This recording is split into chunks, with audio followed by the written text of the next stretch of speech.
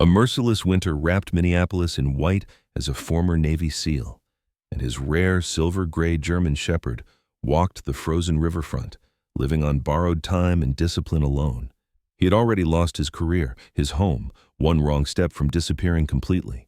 Then his dog stopped, not from fear, not from instinct alone, but from purpose. Behind a rotting storage wall buried under junk and silence, the dog uncovered a secret meant to stay dead, evidence powerful enough to shake a city and dangerous enough to get them killed. Walking away would have kept them alive. Speaking up would make them hunted. He chose truth. What he didn't know was this: the secret his dog uncovered would drag him back into a war against corruption and lead him to the one woman who could either destroy him or help him rebuild everything he lost. Before we begin, tell us where you're watching from, and if stories of loyalty, courage, and second chances move you, please subscribe for more. Minneapolis in winter didn't feel like a season so much as a verdict. The city wore snow the way an old judge wore a robe, heavy, impartial, and impossible to argue with. Along the Mississippi, daylight bounced off the ice and turned the world painfully bright, a hard white glare that made every shadow look guilty. Wind came off the river with teeth, sliding between brick warehouses and glass towers, rattling metal signs and tugging at coats like it wanted to pull people backward in time. Cars hissed over salted streets, their tires whispering a steady warning. The river itself moved slow under its crust, black water threading beneath plates of ice like a secret that refused to freeze. On that riverfront, near a stretch of chain-link fences and half-forgotten industrial lots, a man in Navy working uniform walked with the careful economy of someone who had learned to save motion the way others saved money. His name was Ethan Carter, common enough to blend in, ordinary enough to be overlooked, except nothing about him was truly ordinary once you looked closely. He was in his mid-30s, tall and lean with that wiry, kept-under-control strength that didn't need a gym mirror to announce itself. His shoulders were squared like they remembered a rucksack, and his posture carried a stubborn refusal to slump even when his stomach was empty. His face was angular, cheekbones sharp under the winter light, jaw set like it had once been trained to hold decisions without shaking. A trimmed beard shadowed his mouth, not styled for fashion, but managed with discipline, and there were faint lines at the corners of his eyes, less from age than from nights spent watching instead of sleeping. His hair was cut short in the practical way men choose when they've lived too long in places where long hair can get you killed.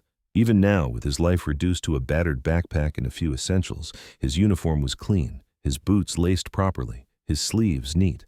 He looked like a man still trying to keep one promise to himself, that he would not fall apart in public. At his left heel moved the only creature who still believed in him without conditions. Kaiser, a German shepherd with a rare silver-gray coat that caught the snowlight like brushed steel. 7 years old, big in the chest and shoulders, he carried himself with a calm that felt ancient, as if he'd been carved from the same winter that battered the city. His eyes were amber, clear, watchful, intelligent, and they tracked movement with the quiet precision of a veteran sentinel. Kaiser didn't pull on the leash or panic at traffic. He moved in close formation, adjusting his pace to Ethan's stride, reading him the way sailors read weather. People sometimes stared because the dog's coat was unusual and his demeanor was almost unnervingly composed. But Kaiser didn't care about attention. His loyalty was not performative. It was a constant, like a heartbeat. Ethan and Kaiser passed a bus shelter plastered with ads for concerts and coffee shops, warm luxuries that felt like myths. Ethan's fingers were red at the knuckles inside his gloves, and his left knee, an old injury he rarely talked about, throbbed in rhythm with the cold. He'd been out here long enough to know the city's hidden rules, which alleys had security cameras, which churches served soup without asking questions, which shelters refused dogs, which corners had wind that cut deeper than a knife. He'd learned to live on the edge of other people's warmth, never staying long enough to be noticed, never asking for more than he could repay. The thing that had changed him wasn't just hardship, it was betrayal. Long before Minneapolis and its brutal brightness, he had watched a truth get buried under paperwork and polite language, the kind of lie that wears a uniform and smiles while it does damage. That kind of lie didn't only steal careers, it hollowed out belief. It left Ethan with the permanent, cautious distance of a man who once trusted institutions and paid for it with his life. A flyer caught the edge of his vision, half stuck under the plastic lip of the bus stop bench. It was damp from snowmelt, crumpled, and printed in bold block letters meant to survive bad weather and worse luck. Delinquent Storage Unit Auction. Cash only. Ethan's eyes moved over it with the quick scan of someone trained to read fast. Pine Ridge Storage, South Minneapolis. Date, time. Cash only might as well have read, not for you. He almost kept walking. He didn't believe in luck, not anymore. Luck was what people called it when the universe wasn't paying attention. But Kaiser stopped, not abruptly, not with panic, just a clean, decisive halt. He leaned his nose toward the flyer, sniffed once, then looked up at Ethan with that steady amber stare that felt less like a dog asking and more like a partner insisting. Ethan huffed a humorless little breath that fogged the air. "You want us to gamble, huh?" he murmured. Kaiser's ears flicked as if to say, "It's not a gamble, it's a door." Ethan's mouth twitched, the ghost of a smile he didn't quite allow himself. He pocketed the flyer. The wind shoved at his back, impatient. The snow kept falling in tiny, bright grains, making the city look clean even where it wasn't. That afternoon, the storage facility looked like a grid of gray metal boxes laid out by a bored god. The buildings were lined in rows, their roll-up doors painted a sharp industrial blue that stood out against the white ground. High mast lights burned overhead, bright enough to flatten the shadows and make everyone's breath visible. A small crowd gathered near the main office, about 20 people, mostly men in thick work coats and insulated boots, the kind who showed up with pickup trucks and empty vans because they knew how to turn other people's misfortune into profit. Their faces had the confident impatience of professionals. They spoke in short bursts, laughing, checking watches, comparing notes. Ethan stood at the edge of the group, quiet, his NWU drawing a few sideways looks. He wasn't dressed like them, and he didn't carry himself like a scavenger. He carried himself like a man who was trying very hard not to be seen. Kaiser sat beside him, calm and still, a silver statue in the snow. A man in an orange safety vest over a heavy coat stepped out with a clipboard and a voice that sounded like it had been sharpened on auctions and cigarettes. Mason Lee, the auctioneer, mid-40s, face wind-reddened, eyes quick, mouth always half-curled into the practiced grin of someone who could sell bad luck as entertainment. He didn't waste time on warmth. "All right, folks, you know the rules," he barked. "Look, don't touch. Cash only. 48 hours to clear. Let's move." The first units opened with the rattling groan of metal. Flashlights stabbed into darkness. Bidders leaned in, calculating, making instant decisions. Ethan watched a unit of tools and cabinets climb in price like a kite caught in a strong gust. He watched another filled with furniture get snapped up by a man who barely blinked as he handed over hundreds like they were coupons. Ethan's money, what little he had, felt like a fragile thing in his pocket. He wasn't here to compete with men who did this for a living. He was here because his dog had looked at a damp flyer like it was a prayer answered. Time passed in bright, cold chunks. Ethan kept his expression neutral, his hands buried in his coat pockets. Kaiser's tail rested still on the snow. Every so often the dog's ears would twitch at a distant car door or a shouted bid, but his body stayed relaxed, as if saving energy for what mattered. Finally, Mason led them to the last unit at the end of the row. "Unit 412, he announced, sounding already tired. "Delinquent 9 months, looks like a backload. Cutting the lock." Bolt cutters snapped, the padlock dropped, the door resisted, then rolled up with a protesting screech, and a smell spilled out that made even the professionals recoil. Damp paper, mildew, old fabric, the sour tang of time trapped in a box. Flashlights swung in, paused. And then the men laughed. Not cruel laughter, not exactly, more like the laughter of people who had seen this movie 100 times and knew the ending. Boxes sagged, their sides dark and soft. Trash bags slumped in corners. A broken lamp lay like a fallen skeleton. The pros turned away in a wave, already heading back to their trucks. Mason's grin tightened. "All right, folks," he called, trying to keep the rhythm. "Start me at 50. Silence. 20? Nothing. He sighed, eyes scanning, then landing on Ethan like a man spotting a lone coin on the ground. "You with the dog," Mason said, voice shifting into a sales pitch flavored with pity and convenience. $20, it's yours. Help me clear the day." Ethan's heart thudded once, hard. 20 would be a bad idea. 70 would be insanity. He stepped forward anyway, boots crunching on snow. He thought of Kaiser's steady gaze. He thought of nights when the dog went hungry so Ethan could buy a small packet of food. He thought of the cold taking bites out of their bodies one night at a time. 50, Ethan said, voice steady. A man who had been walking away paused and smirked like boredom needed a toy.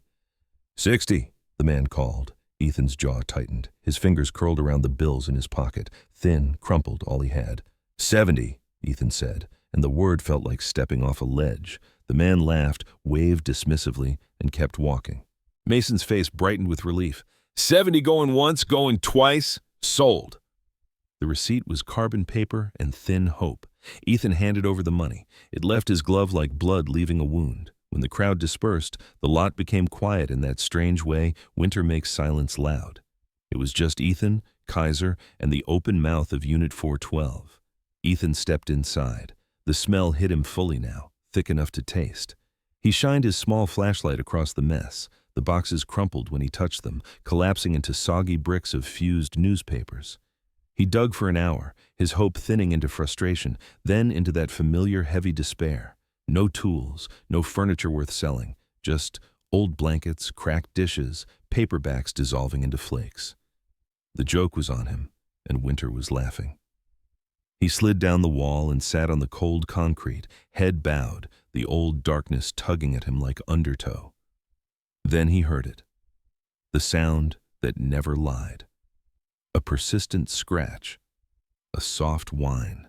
Kaiser had moved to the back of the unit where a cheap plywood panel covered the rear wall. The dog stood with his nose pressed close, inhaling like he could smell yesterday. He scratched at the base, not frantic, not playful, focused, deliberate. Ethan lifted his head, annoyed and exhausted. "Kaiser, stop," he said, more out of habit than conviction. "It's nothing." Kaiser paused, glanced back, amber eyes unwavering, then scratched again, harder. Ethan's breath fogged. He pushed himself up, knee protesting, and walked to the back. The plywood looked like any other sad panel in a sad unit, stained, peeling. But when Ethan's flashlight beam moved upward, something shifted in his mind. The water stains weren't blooming, random, organic. They were straight. Two long vertical lines, perfectly parallel, running from ceiling to floor about 3 feet apart. Ethan's fingers traced them. They weren't stains, they were seams. His pulse quickened, a soldier's attention snapping into place. Kaiser's nose pressed near the gap, and Ethan felt it, just the faintest draft of colder air leaking through, like the wall was breathing. Ethan swallowed, suddenly wide awake. He angled the light again. The straight lines held steady, undeniable. "What did you find, boy?" he whispered. And this time his voice wasn't tired. It was careful. It was ready.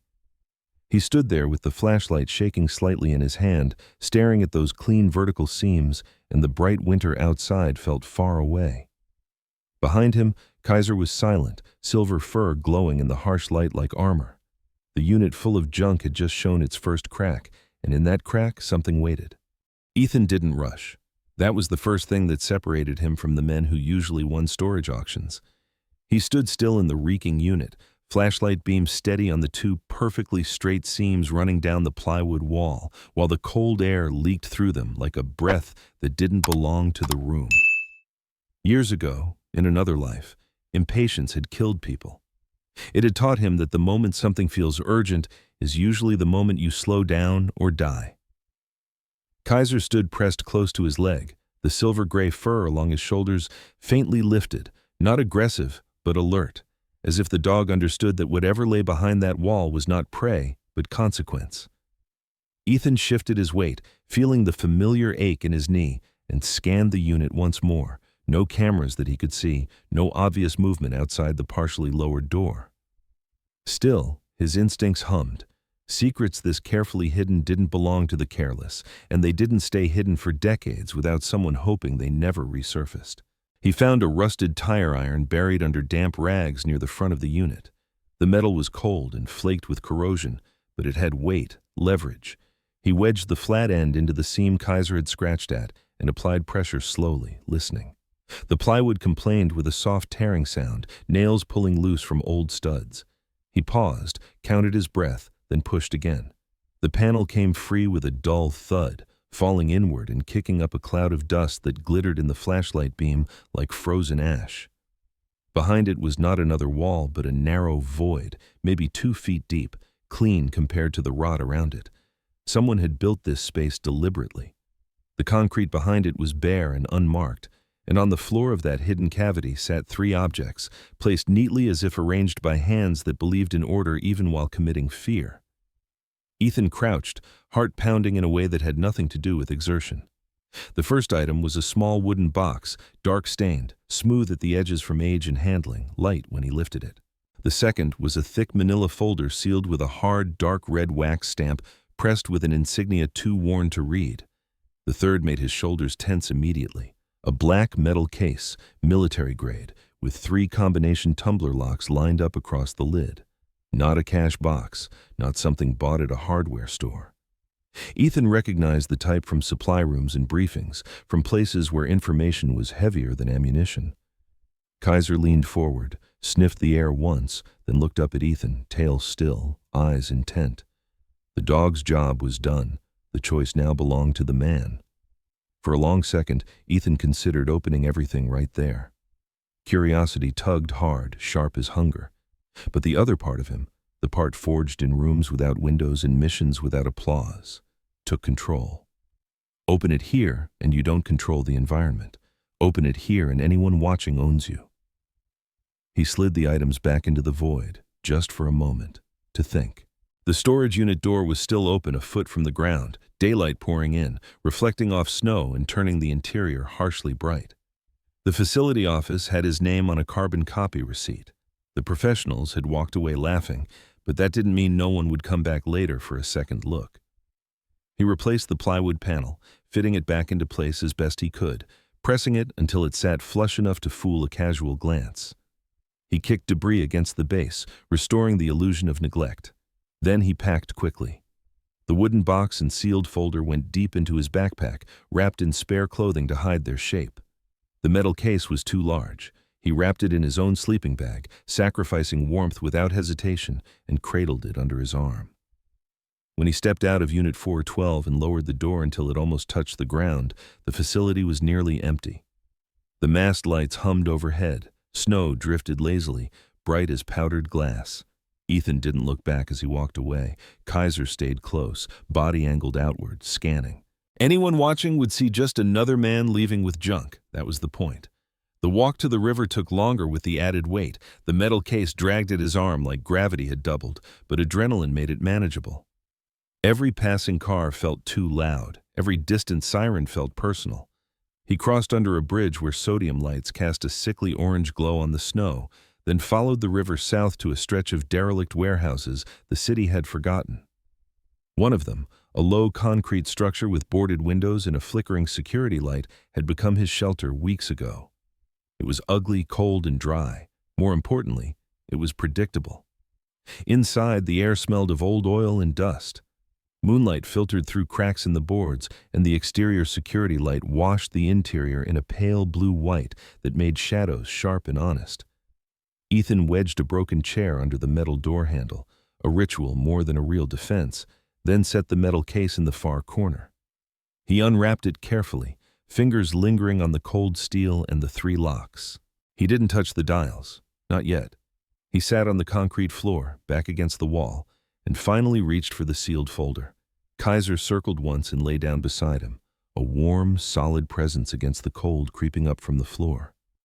Ethan held the folder for a long moment. The wax seal was brittle with age, spiderwebbed with fine cracks.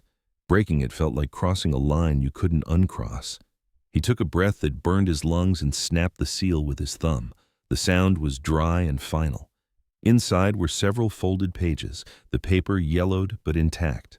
The handwriting was shaky, blue ink faded, letters slanted as if written by a man who hadn't slept in days. Ethan angled the flashlight and began to read. The first line stopped his breath. "If you are reading this, I am probably dead." The warehouse seemed to contract around him. The river outside shifted under its ice, a deep groan echoing faintly through the concrete. Ethan kept reading, slower now. The writer didn't name himself immediately. He wrote like a man confessing to a wall, apologetic, afraid, obsessed with precision. He wrote about Minneapolis in the late 90s, about redevelopment and environmental reports, about money that moved quietly, and decisions that looked clean on paper. He wrote about his brother, Daniel Lawson, a man who believed too much in truth and paid for it with his life. The letter described a fire, officially ruled an accident, and the way investigations could be closed when the right people agreed they were finished. Ethan felt a familiar cold settle in his chest. He knew this story. Different names, same shape. He had lived inside it. Halfway through the first page, the writer finally identified himself as Theodore Lawson, Daniel's younger brother, a man who described himself not as evil, but as weak. Theo wrote about fear as if it were a physical thing, about hiding proof instead of exposing it, about choosing survival over justice and hating himself for it every day since. He wrote about Minneapolis as if it were a city built on snow and silence, a place where certain men could live very comfortably while the dead stayed buried under official language. Ethan stopped reading and looked at the metal case in the corner. The weight of it had changed. It was no longer just heavy. It was loud. Kaiser shifted, sensing the change in Ethan's breathing, and lifted his head. Ethan rested a hand on the dog's neck, fingers pressing into the thick fur, grounding himself. He returned to the letter. Theo wrote that the metal box contained everything he'd been too afraid to use: ledgers, permits, recordings. He wrote that the wooden box held what little of Daniel's life he had been able to save: photographs, personal items, proof that the man existed beyond headlines and ashes. He wrote that he had paid for the storage unit with his last money and prayed that whoever found it would be braver than he had been. The final lines of the first page made Ethan's jaw tighten. The man responsible still walks freely in this city. He is respected. He is untouchable, or so he believes. Ethan folded the page carefully, hands steady despite the heat building behind his eyes. He didn't open the rest of the folder yet. He didn't touch the metal case. Outside, the security light flickered, and snow continued to fall, turning the ruined riverfront into something almost beautiful. Ethan leaned his head back against the wall and stared at the ceiling. He had come to Minneapolis to disappear, to live small, quiet, unremarkable. But fate, or a dog with a silver gray coat and impossible instincts, had dragged him into the center of someone else's unfinished war. Kaiser let out a low, steady breath and settled his head against Ethan's thigh. Ethan closed his eyes for a brief second, then opened them again, sharper. The first line of the letter echoed in his mind, refusing to fade. "If you are reading this, I'm probably dead." Ethan looked at the metal box again, at the locks that promised danger, and understood one thing with absolute clarity. Whatever waited inside that steel wasn't going to let him stay invisible. Morning came to Minneapolis like a cold confession. The sky was a hard, pale blue, and the snow reflected so much light that even shadows looked exposed. Ethan woke on the concrete floor of the abandoned warehouse with stiffness in his shoulders and the steady ache in his knee, the kind that never fully slept. Kaiser was already awake, sitting upright, silver gray coat catching the bluish glow from the security light outside. The dog's posture was calm but attentive, ears angled forward, amber eyes fixed on the door as if the night had whispered something it hadn't finished saying. Ethan rubbed his face, the ruff of his beard scraping against his palm, then reached for the sealed folder again. He hadn't read past the first page. He hadn't trusted himself to. Now, with daylight pressing in and the city awake, he forced himself to continue. The letter unfolded like a wound that refused to scar over. Theodore Lawson wrote of his brother Daniel with a careful tenderness, describing him as a man who never learned how to look away. Daniel Lawson, according to the letter, had been an environmental engineer by training and an activist by conviction, tall and broad-shouldered with an open, earnest face that made people trust him too quickly. He had a habit of pushing his dark hair back when he was thinking, and a laugh that carried even when meetings turned hostile. Daniel believed the Mississippi riverfront could be healed, that poisoned land could be reclaimed if the truth was forced into daylight. In 1997, he was consulting on a redevelopment project near the river, a glossy plan that promised jobs and renewal. Daniel found discrepancies in the environmental reports, Numbers that didn't add up, tests that had been quietly skipped. Theo described the night of the explosion with the detachment of someone who had replayed it too many times. A late work session, a small office near the docks, a sudden fire officially blamed on faulty wiring. The investigation closed in days. Headlines called it tragic. Theo called it murder. Ethan felt the words settle into him with a familiar weight. He had seen how systems protected themselves, how accidents could be manufactured with paperwork and patience. The letter went on to explain what Theo had done next. Terrified and alone, he had gathered Daniel's files before they disappeared. He hid them instead of sharing them, burying the truth behind plywood and mildew, convincing himself that survival was a kind of virtue. The evidence, ledgers detailing bribes, falsified permits stamped with city seals, and a recorded conversation that Theo could barely bring himself to describe, had all been locked away in the metal case. The wooden box, Theo wrote, held the last clean pieces of his brother's life. Ethan set the letter down and opened the wooden box for the first time. Inside, wrapped in faded cloth, were photographs and a few small items. His fingers lingered on a photo of Daniel Lawson holding a little girl, maybe 5 or 6 years old. Brown hair pulled into uneven pigtails, cheeks pink with laughter. Daniel's face in the picture was younger than Ethan expected, softer, eyes bright with a joy that felt painfully out of place in a story like this. On the back of the photo, in neat handwriting, was a single name: Audrey Lawson. Ethan closed his eyes briefly. He imagined the arc of a life interrupted, a child growing up with a headline instead of a father. Kaiser shifted closer, resting his head against Ethan's thigh, as if anchoring him. Ethan exhaled slowly. The choice was forming before he consciously made it. He couldn't put this back into the wall and walk away. He had tried walking away from truth once before, and it had cost him everything that mattered. By late morning, Ethan stood outside the Minneapolis Central Library, a broad glass and stone building that rose like a promise against the winter sky. Sunlight poured through its tall windows, reflecting off the snow and flooding the interior with white brightness. He hesitated at the entrance, fingers tightening on the straps of his backpack. A sign on the door announced the obvious: no animals permitted. Service animals only. Ethan crouched beside Kaiser near a stone column, the cold seeping through his uniform. "I'll be right back," he murmured, voice low. Kaiser's ears flicked and the dog let out a soft, questioning whine, but he sat when Ethan gave the hand signal, posture rigid with reluctant obedience. Ethan looped the leash securely around the column, making sure it wouldn't slip, and rested his forehead briefly against the dog's. Then he stepped inside.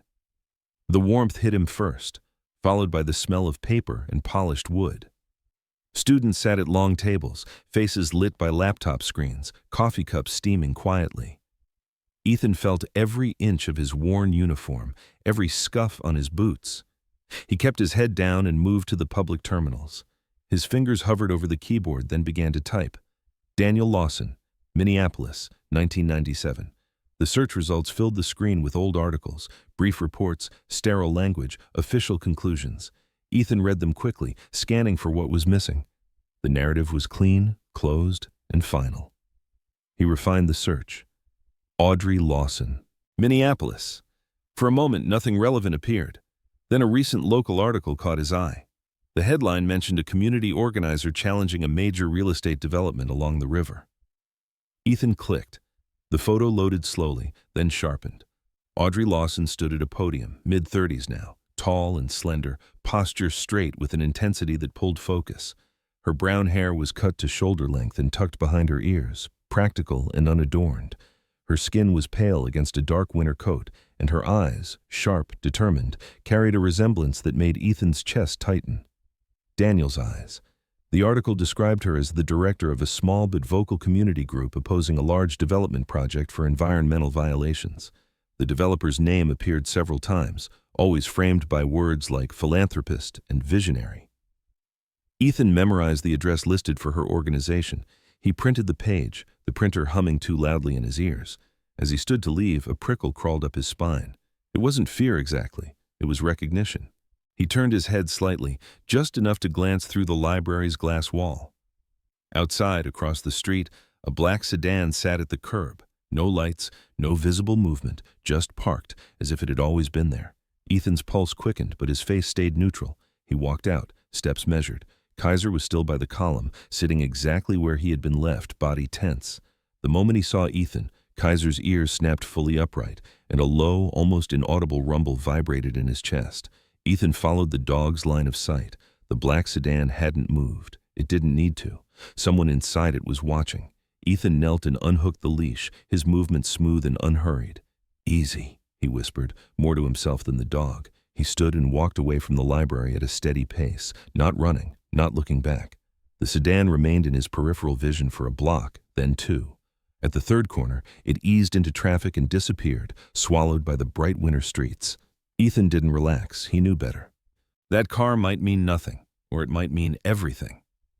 He and Kaiser cut through side streets and alleys, moving with the instinctive caution of men who had learned how attention worked. When they finally paused near a frozen park overlooking the river, Ethan leaned against a railing and stared at the ice below. Somewhere in this city, a woman named Audrey Lawson was fighting a battle she didn't know her father had started.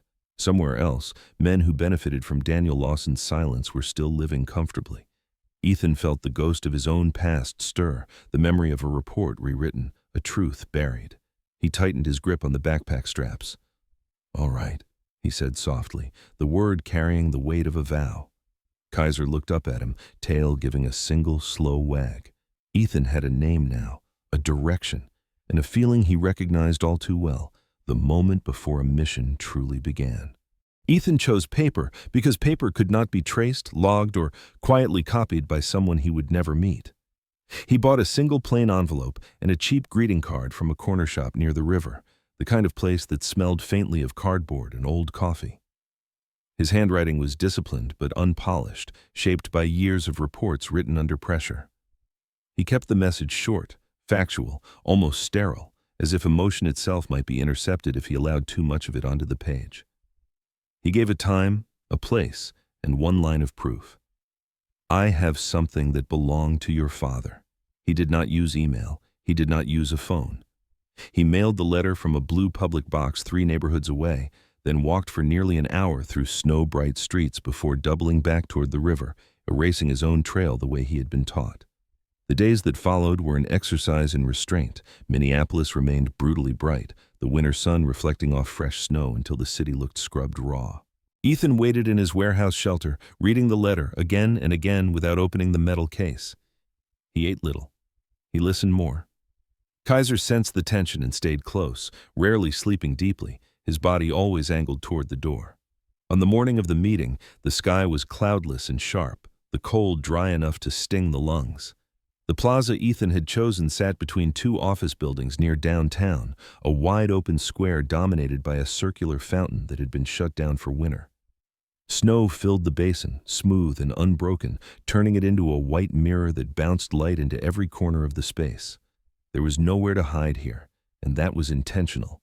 Ethan arrived early and did not go near the fountain. He positioned himself instead along the edge of the plaza where a low stone wall offered a clear view of the surrounding streets. Kaiser sat at his left, silver-gray coat luminous against the snow, his presence drawing the occasional curious glance from passers-by. Ethan scanned faces, hands, reflections in windows. At exactly 2 minutes past the hour, a woman entered the plaza from the east side, her pace brisk, her posture alert. Audrey Lawson looked almost exactly as she had in the article photo, only sharper in person. She was in her mid-30s, tall and slim with long legs that moved with impatient purpose. Her dark brown hair was pulled back into a low ponytail, practical and tight, no strands wasted on softness. Her skin was pale from winter, her cheeks flushed pink from the cold, and her eyes, focused, intelligent, and guarded, swept the plaza like she expected trouble to step out from behind a snowbank.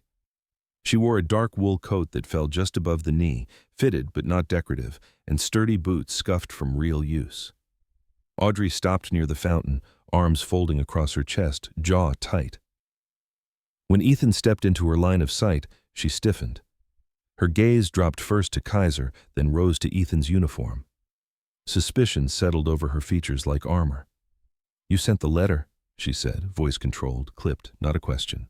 Ethan stopped several feet away, palms open, stance non-threatening. "Yes."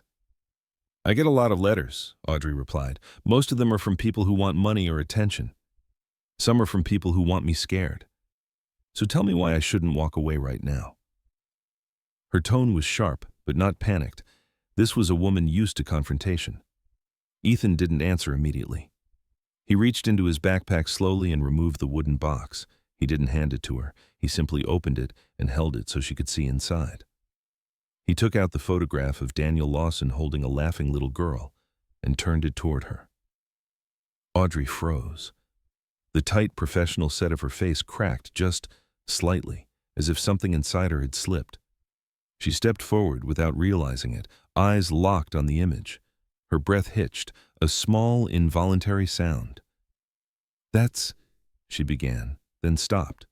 Her fingers hovered over the photograph, trembling, before she took it. "That's my dad," she whispered, voice suddenly stripped of all sharpness. "I've never seen this picture." Ethan watched the transformation with quiet attention. The activist mask, the practiced skepticism, fell away, replaced by raw confusion and grief that had been waiting decades for a trigger. Audrey looked up at him, eyes glossy but burning. "Where did you get this?" "It was hidden," Ethan said, with something else. He let the weight of the words hang. Audrey's gaze sharpened again, but this time it was focused, hungry. "What's something else?" "Proof," Ethan replied, "of what happened to him. Not just the official story." Audrey inhaled slowly, steadying herself. "That's a big claim." "I know." He met her eyes evenly. "I wouldn't have written otherwise." She studied his face, taking in the hard lines, the calm posture, the uniform that didn't belong on a homeless man. "If this is a lie," she said quietly, "you're standing in front of the wrong person." "If it's true," Ethan said, "then you already know what it means." Audrey didn't answer, but her silence was an answer. She glanced around the open plaza, suddenly aware of how exposed they were. "You said proof," she said. "Where is it?" "Not here," Ethan replied. "And not yet."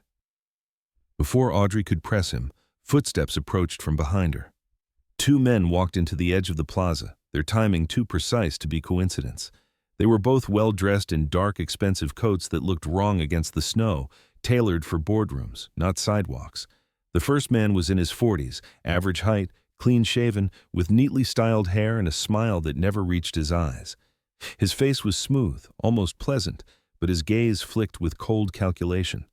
The second man was taller and broader, built like a professional enforcer, his coat strained slightly across thick shoulders. He had a close-cropped beard and a flat, emotionless stare. Neither of them appeared rushed. They moved like men who believed the space belonged to them. Audrey sensed the shift immediately and turned, placing herself instinctively between the men and Ethan. "Can I help you?" she asked, voice firm. The first man smiled wider, a gesture practiced to disarm. "Ms. Lawson," he said smoothly, "we were hoping to run into you."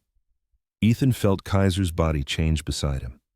The dog stood, stepping forward half a pace, placing himself directly in front of Ethan's legs. The fur along Kaiser's spine lifted, not fully bristling, but unmistakably raised, his amber eyes locked on the approaching men. A low growl rolled from his chest, controlled and warning, like distant thunder.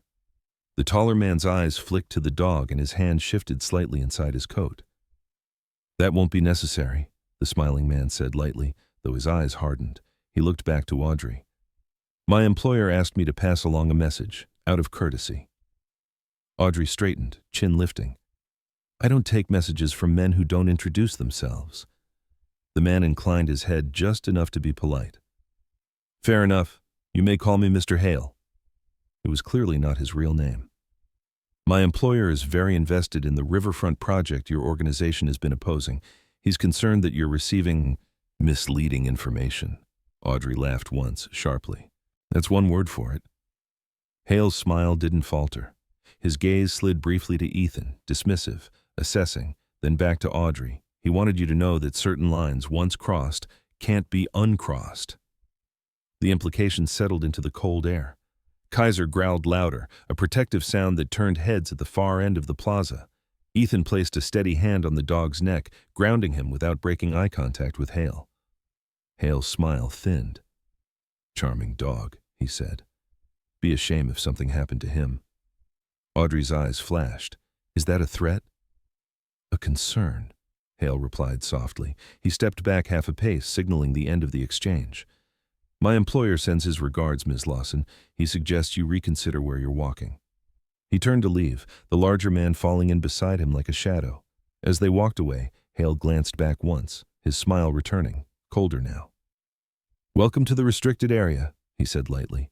Audrey stood rigid, breath shallow, watching them disappear into the brightness of the plaza. When she turned back to Ethan, the fear in her eyes was real, but so was the resolve hardening beneath it.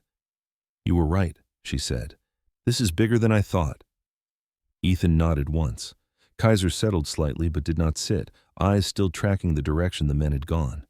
The meeting had ended exactly where Ethan feared it would, with a warning.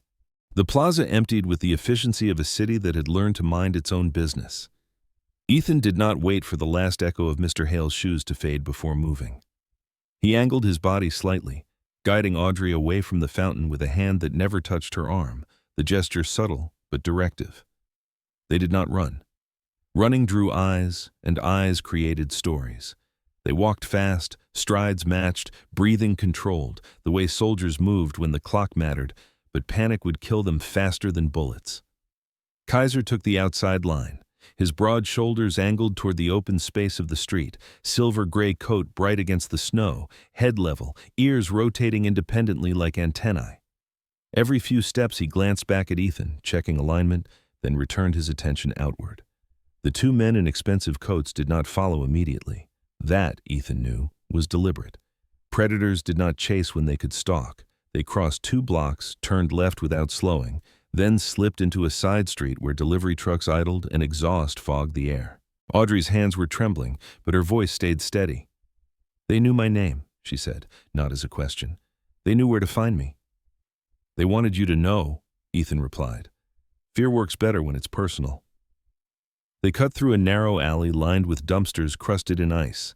Ethan paused just long enough to scan reflections in puddles of frozen meltwater, then led them out the far end into traffic. The black sedan from the library did not reappear. That didn't reassure him. It confirmed the threat had shifted from surveillance to containment. He took them onto a bus for 3 stops, off at a corner near a closed hardware store, then walked again, changing direction twice. Only when the river fell behind them and the streets grew quieter did he slow. He stopped beneath a streetlight, the LED glare turning falling snow into glitter. Audrey exhaled hard. You said you knew someone, she said. I do, Ethan answered. But if they followed us, they won't follow me there. They'll think it's too obvious. Audrey gave a short, humorless laugh. People like that never think anything is too obvious. The building Ethan led them to was a low brick warehouse tucked between a tire shop and a plumbing supply company, anonymous by design. A single sign by the door read, Riley and Associates, Risk Management, the lettering plain and uninviting. The windows were narrow, reinforced with wire mesh, light spilled from inside, warm and steady. Ethan knocked once, then twice, then paused. The door opened a fraction, chain rattling. A man's eye appeared in the gap, sharp and assessing. Marcus Riley filled the doorway when he unchained it. He was in his early 60s, tall but compact, with the posture of someone who had never allowed gravity to win. His skin was dark, weathered by years under different suns, his hair close-cropped and silvering at the temples. A neatly trimmed gray beard framed a mouth set into lines that suggested patience honed by disappointment. He wore a plain button-down shirt with sleeves rolled to the forearms, revealing old scars and a wristwatch that had seen better decades. His eyes moved first to Audrey, then to Ethan's uniform, then to Kaiser, where they paused with professional respect. You look like trouble, Marcus said calmly, and you don't bring trouble unless it's already found you. Ethan nodded once. We need a door that locks from the inside. Marcus stepped back without another word and let them in. The office was spare and orderly, no diplomas on the wall, no inspirational quotes. Just a metal desk, filing cabinets, a workbench cluttered with tools that gleamed with care. The air smelled faintly of coffee and machine oil. Marcus closed the door, slid 2 deadbolts into place, and nodded toward the back.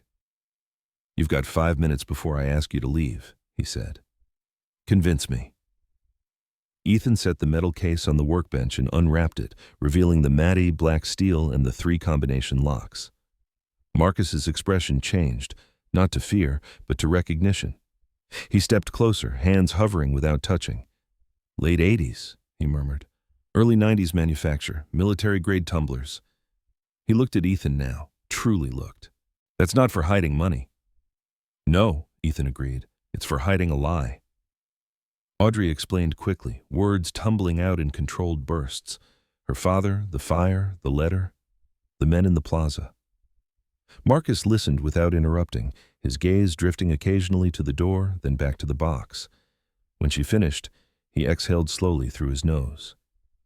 "I chased cases like this for a long time," he said. "They don't end well for the people who don't own the city." He glanced at Ethan's uniform. "You're not here by accident." "Neither is she," Ethan replied. Marcus nodded. "All right," he said finally. "We'll take a look." He pulled a small case from a drawer and opened it to reveal delicate tools, wires, and a stethoscope that looked older than the building. "These locks don't like being rushed," he said. "They like confidence." He set the stethoscope against the first dial and began to turn it slowly. The room fell quiet, except for the faint click of metal and the hum of the lights.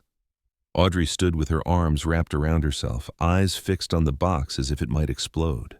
Ethan took a position by the door, Kaiser sitting at his heel, body angled toward the entrance, tail still. Marcus worked with a surgeon's patience. "One," he murmured, and the first tumbler fell with a soft, satisfying click. Audrey's breath caught. Marcus moved to the second lock, fingers steady. Ethan's mind replayed the plaza, the smile that hadn't reached Mr. Hale's eyes. He cataloged exits, distances, response times. The second tumbler clicked. The sound echoed too loudly in the small office. Kaiser stood instantly, hackles rising, a deep growl rolling from his chest, not loud but unmistakable. Marcus froze, one hand still on the dial. "We have company," he said quietly, not looking up. Ethan moved before the thought finished forming. He crossed to the window and peeled back the blind just enough to see the street. A black sedan idled across from the building, lights off. Another vehicle rolled past, slowed, then parked half a block down. Ethan's jaw tightened. "They're patient," he said, "and they're close." Audrey swallowed. "They followed us." Marcus nodded once, decision settling in. "That means they don't know what's in the box yet," he said. "If they did, they'd be louder." He straightened and looked at Ethan. "We don't finish this here." "We finish it somewhere safe," Audrey said. Marcus shook his head. "There's no safe. There's only movement."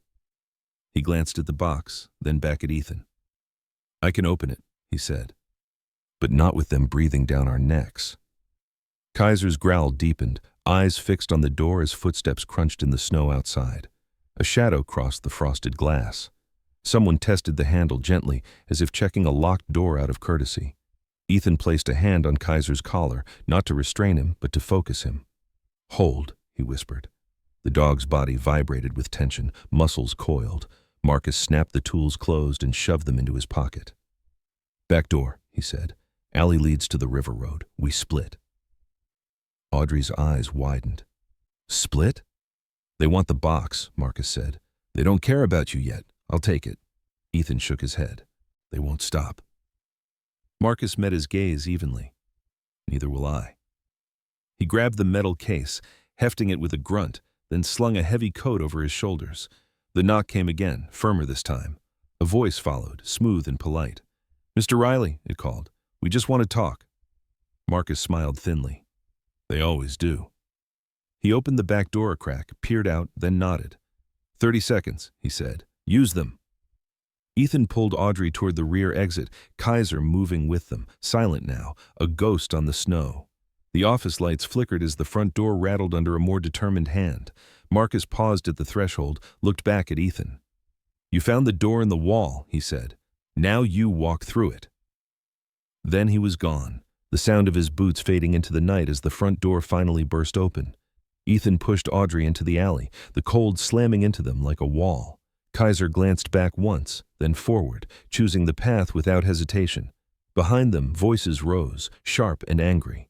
Ahead, the river lay black and frozen, and the city waited to see who would outrun the snow.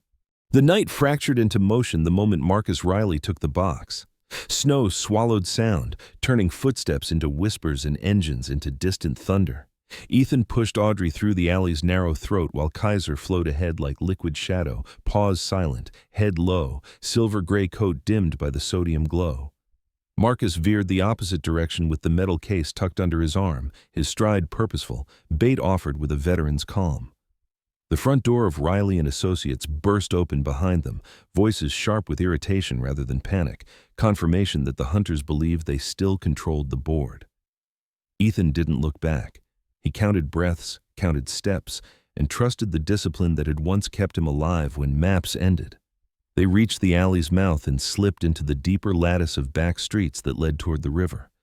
The air tasted metallic, the kind of cold that cut and stayed. Ethan slowed them beneath a flickering streetlight and pressed them flat against a brick wall while a delivery truck rolled past. Audrey's breath came shallow, eyes bright with the shock of acceleration. She was steady, though. No screaming, no freezing. The years of standing at podiums and taking heat had given her a spine. "He's buying us time," she whispered. "He's buying us minutes," Ethan corrected. "We spend them wisely." He led them onward, away from predictable routes, cutting through a fenced lot and then doubling back along a service road until the river reappeared as a black seam under ice. They found cover beneath a rail bridge where floodlights bleached the snow into a hard white. It was there, with the city's hum muffled and the wind snarling through girders, that Ethan's phone vibrated once. Marcus's number. Ethan answered without speaking. "I've got it," Marcus said, voice clipped but controlled. "They're spread thin, but they're not stupid. I can't lose them long." "Can you open it?" Ethan asked. A pause, then the sound of breath through teeth. "I already did, enough to know what we're dealing with." Another pause. "Meet me at the old substation by the river. 15 minutes. The line went dead. Ethan exhaled and motioned Audrey forward. The substation squatted at the river's edge like a concrete scar, long abandoned, its windows bricked over, its door chained but loose at the hinge. Inside, emergency lights flickered on a backup circuit, bathing the room in a pale, steady glow. Marcus was there, coat dusted with snow, eyes alert. The metal case sat open on a workbench, its latches released like jaws. He didn't waste time. "Look," he said. Inside lay order amid damning chaos, leather-bound ledgers heavy with age, pages ruled in neat columns of dates, amounts, shell company names, city permits stamped and counterstamped with seals that had no business agreeing. A spiral notebook filled with Daniel Lawson's compact handwriting, calculations, site notes, questions circled twice, and a microcassette recorder, black and unassuming, its label yellowed. Audrey stepped closer, hands trembling as if she were approaching a relic. She lifted the notebook first, fingers brushing the indentation of her father's pen strokes. The familiarity broke something open. Her jaw tightened. Anger rose beneath grief, clean and sharp. "He knew," she said, voice low. "He knew and they let him die." Marcus nodded once, and someone paid for the convenience. He tapped the ledgers. "This is a map of money. Enough to ruin people who prefer plaques and ribbon cuttings." He reached for the recorder, checked the battery with a practiced squeeze, and pressed play. The tape hissed, then a voice emerged, older, calm, persuasive, the cadence of authority wrapped in reassurance. Ethan felt the sound land like a fist. It was the sound of power explaining itself away. Audrey closed her eyes.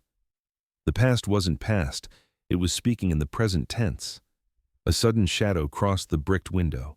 Kaiser rose in one smooth motion, body rigid, ears forward, a low warning building in his chest. Marcus killed the recorder and crossed to the window, peeling the blind a fraction. "Black sedan," he murmured. "Same two from the plaza, and another car idling a block down." Ethan's mind snapped into geometry. Angles, exits, timing. "They tracked you," Audrey said. "They tracked all of us," Marcus corrected. He shut the box with a decisive clap. "We don't debate. We move." He shoved the ledgers and recorder back inside and locked the latches. "I take the box. They want it. They'll follow me." "No," Audrey said, stepping forward. "They threatened my dog," Ethan said, flat. Marcus met his eyes. "Then make sure the threat costs them something." He slung the case, shrugged into his coat, and nodded toward the rear door. "You three, out the service tunnel. I'll pull them south." He didn't wait for agreement. He moved. The The sound of engines surged outside as Marcus's truck roared to life, tires biting ice. Ethan took Audrey's hand and pulled her through the substation's rear, down a narrow passage that spilled into a canyon of dumpsters and brick. At the far end, a figure appeared at a jog, massive, deliberate, confidence radiating with every step. The man was built like a refrigerator, shoulders square, head shaved close, a short beard framing a mouth set in an expression that suggested certainty. He didn't sprint. He didn't need to. His eyes tracked them like inventory. "Left," Ethan whispered, not to Audrey but to Kaiser, and pointed, not toward the man, but down a branching alley that led away. Kaiser exploded into motion, a silver streak against brick, sprinting hard before planting his feet and unleashing a volley of barks that cracked the night open. The sound ricocheted, multiplied, convincing and urgent. The big man swore and pivoted, momentum dragging him after the noise, after the promise of control. Ethan seized the moment. "Now," he breathed, and hauled Audrey the opposite way. They moved fast without running, cutting through a gap between buildings and into a side street washed in white light. The city blurred into corners and breath and the crunch of snow underfoot. They didn't stop until their lungs burned and the river lay behind them again, dark and patient. They ducked into the lee of a closed cafe, metal shutters down, windows chalked with frost. Ethan checked angles. Listened. Silence returned in fragments. Audrey bent over, hands on knees, fighting the shake. Ethan rested a palm on Kaiser's neck, feeling the dog's heart hammer, feeling gratitude coil tight and fierce. "Good," he murmured. "Very good." Kaiser leaned into the touch, tail giving a single decisive thump. The night exhaled. Then Audrey's phone vibrated. Once, sharp, she straightened, confusion flickering, and pulled it free. The screen glowed too bright in the cold. Unknown sender. A single line of text stared back at them like a blade held steady. "Return the box, or the dog dies." Audrey's breath left her in a soundless rush. Ethan's jaw set, the old quiet descending, the kind that arrived before action, not after fear. He read the message once, then again, committing it to memory. Somewhere south, Marcus was drawing a line with headlights and courage. Somewhere nearby, men who didn't fear snow were counting options. Ethan lifted his eyes to the river, to the city that had learned how to keep secrets. "They chose the wrong leverage," he said softly. Kaiser looked up at him, amber eyes unwavering, and the bond between them tightened, not as comfort, but as resolve. The trap had sprung, the game had begun in earnest. Ethan did not hesitate after the message. He chose the one place the hunters would least expect them to return to, the river's forgotten edge, where a decommissioned manufacturing plant crouched under security lights so bright they turned falling snow into a white curtain. The factory had been shuttered for decades, its perimeter fenced and scarred by rust, but the lights still worked, a municipal afterthought meant to deter teenagers and nothing more. To Ethan, the glare was cover.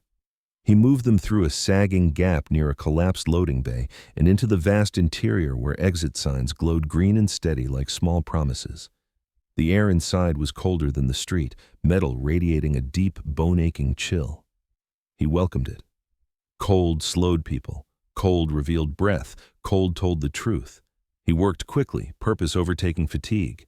A dented steel drum became a stove, its edges filed smooth with a multi-tool he carried out of habit. Dry pallet slats, cached weeks ago when he'd first scouted the place, snapped clean and stacked with care.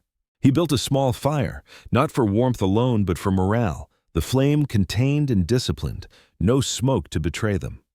He set a perimeter with chalk marks and scrap wood, mapping lines of approach only he could read. Audrey watched, wrapped in her coat, hands trembling less now, eyes tracking his movements. This was not a homeless man improvising. This was a professional, reclaiming an old language. When he finished, he nodded once and said, "Sit, back to the wall. He'll help." Kaiser lay beside her without command, pressing his heavy warmth against her legs, a silver barricade breathing slow and steady. Audrey exhaled and let herself lean, the dog's heat chasing the cold from her bones. The factory hummed with distant electricity. Somewhere, water dripped. Ethan took position near the steel door he'd locked earlier, checking the latch by touch, memorizing the feel of the bolt.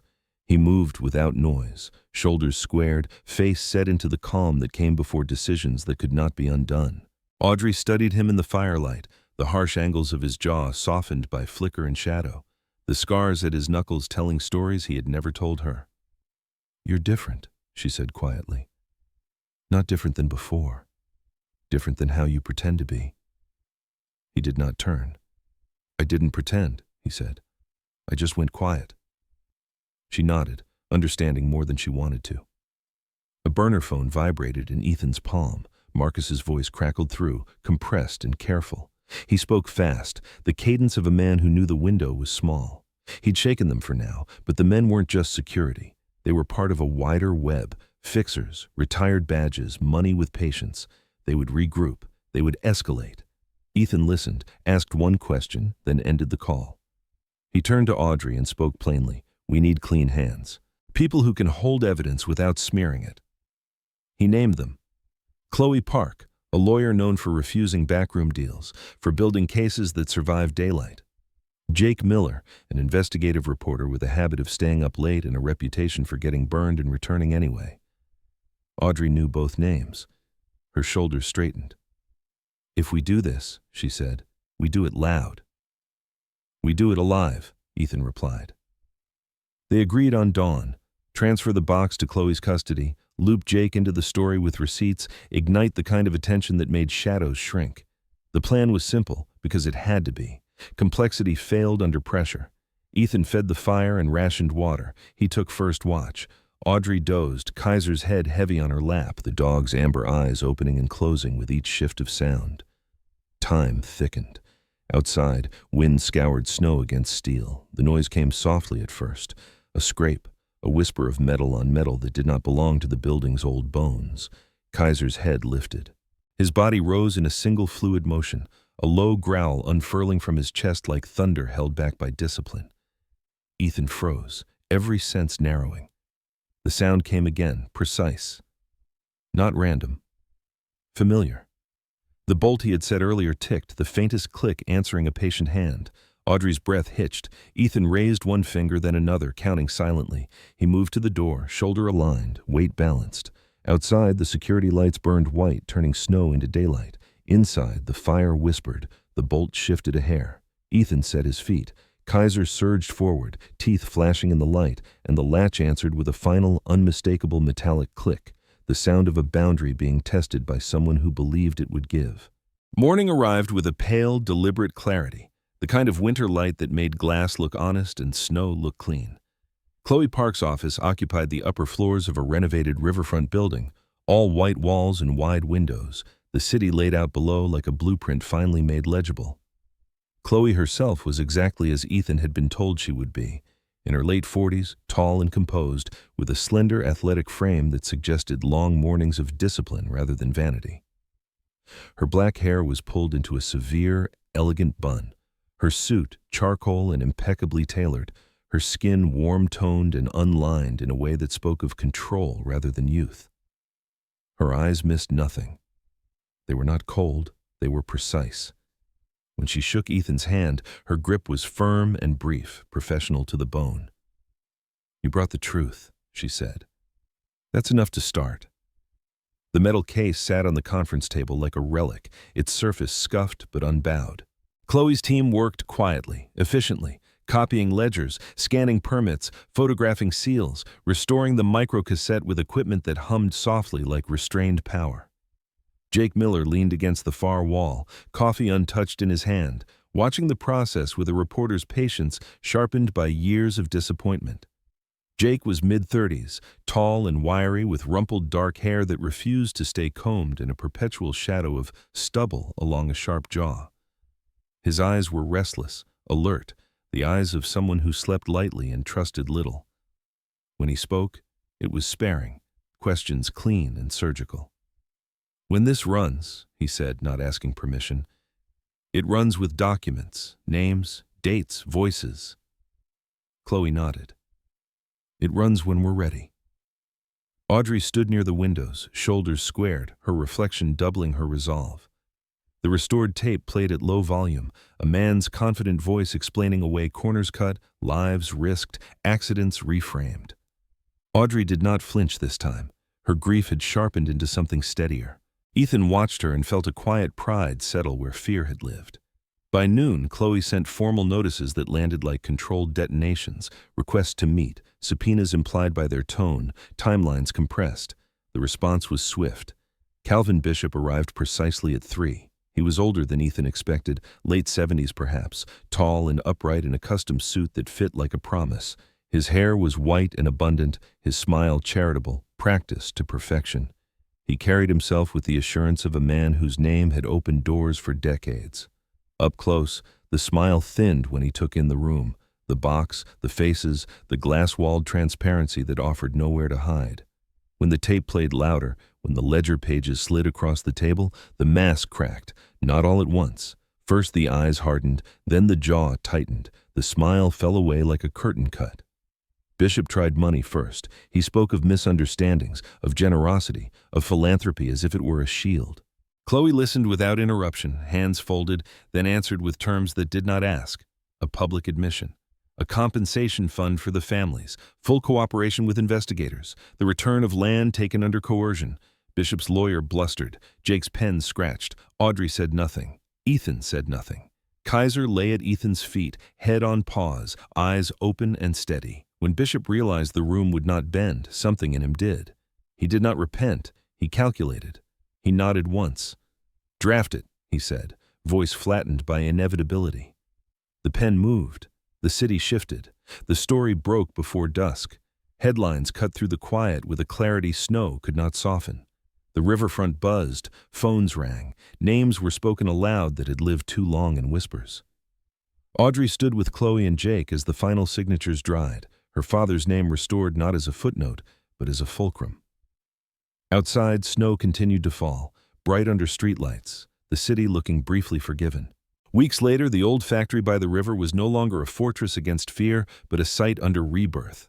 Plans unfurled across tables, community spaces, affordable housing, a center for veterans who needed more than slogans. Audrey owned the land outright now, her father's vision reclaimed and expanded. She offered Ethan a role that fit like a uniform he had never truly taken off, security and operations, building safety from the bones outward. He accepted without ceremony. He moved into a small apartment overlooking the river, heat that worked, a kitchen that smelled of coffee instead of smoke. Kaiser took to the hallways like a seasoned resident, silver coat catching light, tail a quiet metronome of belonging. On a bright winter afternoon, Ethan walked the river path with Kaiser at his side. The snow was still there, honest and unashamed, but the city felt lighter. He was not running. He was not hiding.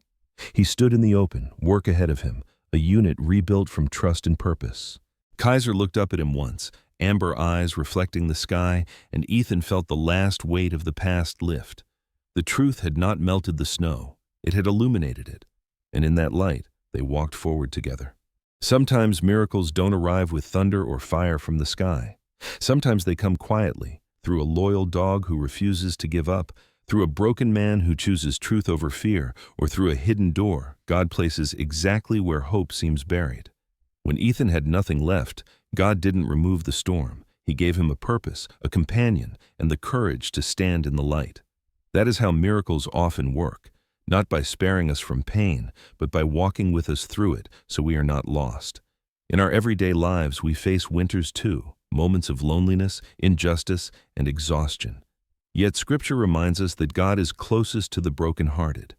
If you hold on to faith, integrity, and love, He will always leave a sign, a path, or a hand reaching back for you. You are never forgotten. You are never walking alone. If this story moved you, please share it so hope can reach someone who needs it today.